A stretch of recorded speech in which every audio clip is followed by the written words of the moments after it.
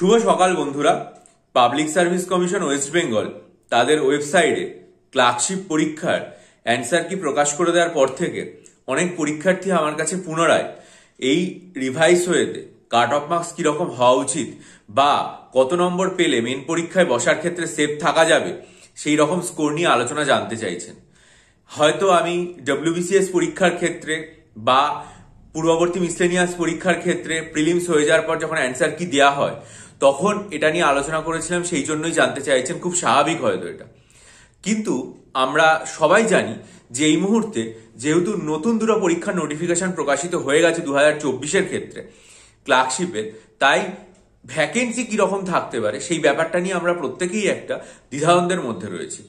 যদিও আমাদেরকে আশ্বস্ত করা হয়েছে যে ভ্যাকেন্সির পরিমাণে সেরকম কোনো প্রভাব পড়বে না, এবং আমরা খবরের কাগজ থেকে এরকম জিনিসও জানতে পেরেছি যে ভ্যাকেন্সি কিরকম থাকবে সেটা পাবলিক সার্ভিস কমিশন দ্রুত তাদের ওয়েবসাইটে ঘোষণা করে দেবে। তাই আমার যেটা সিদ্ধান্ত সেটা হচ্ছে যে এই মুহূর্তে কাট অফ নিয়ে কোনো রকম আলোচনার প্রয়োজন নেই। আমি পরীক্ষা হয়ে যাওয়ার পর পরীক্ষার্থীদের মতামতের উপর ভিত্তি করে এবং পাবলিক সার্ভিস কমিশন যখন ওয়েবসাইটে প্রশ্নপত্র আপলোড করেছিল তার উপর ভিত্তি করে আমি দুবার কাট অফ মার্কস নিয়ে বিশ্লেষণ করে দিয়েছি। কিন্তু এই মুহূর্তে আমি অত্যন্ত দুঃখিত এবং ক্ষমাপ্রার্থী যে আমি পরীক্ষার্থীদের এই অনুরোধ রাখতে পারছি না, এবং আমি এই মুহূর্তে কাট অফ মার্কস কিরকম যেতে পারে এই অ্যান্সার কি বেরোনোর পর সেটা আলোচনা করছি না, বরং এটা তোলা থাক ভবিষ্যতের জন্য। ভবিষ্যতে যখন পাবলিক সার্ভিস কমিশন তাদের ওয়েবসাইটে এই যে মানে ভ্যাকেন্সি কত রয়েছে মিসলেনিয়াস এবং ক্লার্কশিপের জন্য সেটা অফিসিয়ালি ঘোষণা করে দেবে, তখনই বরং কাট অফ মার্কস কত হয় বা কত নম্বর পেলে মনি পরীক্ষার জন্য আমরা সেফ জোনে থাকবো সেই বিষয়গুলো নিয়ে আলোচনা করব। কারণ তখন আমাদের কাছে পুরো জিনিসটা স্পষ্ট হবে। কারণ একটা পরীক্ষাতে কাট অফ মার্কস কতটা থাকবে বা কত নম্বর পেলে আমরা সেফ হয়ে যাব সেটার জন্য কিন্তু পরীক্ষার্থীদের পরীক্ষার মান, সেই নির্দিষ্ট সময়কাল, এই সমস্ত কিছুর পাশাপাশি প্রশ্নপত্রের মান, ভ্যাকেন্সিটা অত্যন্ত গুরুত্বপূর্ণভাবে নির্ভর করে। এখন পাবলিক সার্ভিস কমিশন যেখানে আমরা জানতে পেরেছি খবরের কাগজ মারফত যে ঘোষণা করে দেবে, তখন আমরা সেই ঘোষণাটা অফিসিয়ালি হয়ে গেলে তারপর কাট অফ মার্কস সম্পর্কে আমার চ্যানেলে আলোচনা করে দেবো।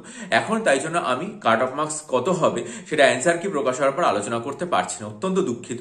তার জন্য আপনারা আমায় ক্ষমা করবেন। আর ভবিষ্যতে যদি আমি আলোচনা করি অফিসিয়ালি অ্যানাউন্স করার পর, সেটা জানার জন্য চ্যানেলটা সাবস্ক্রাইব করে নেবেন।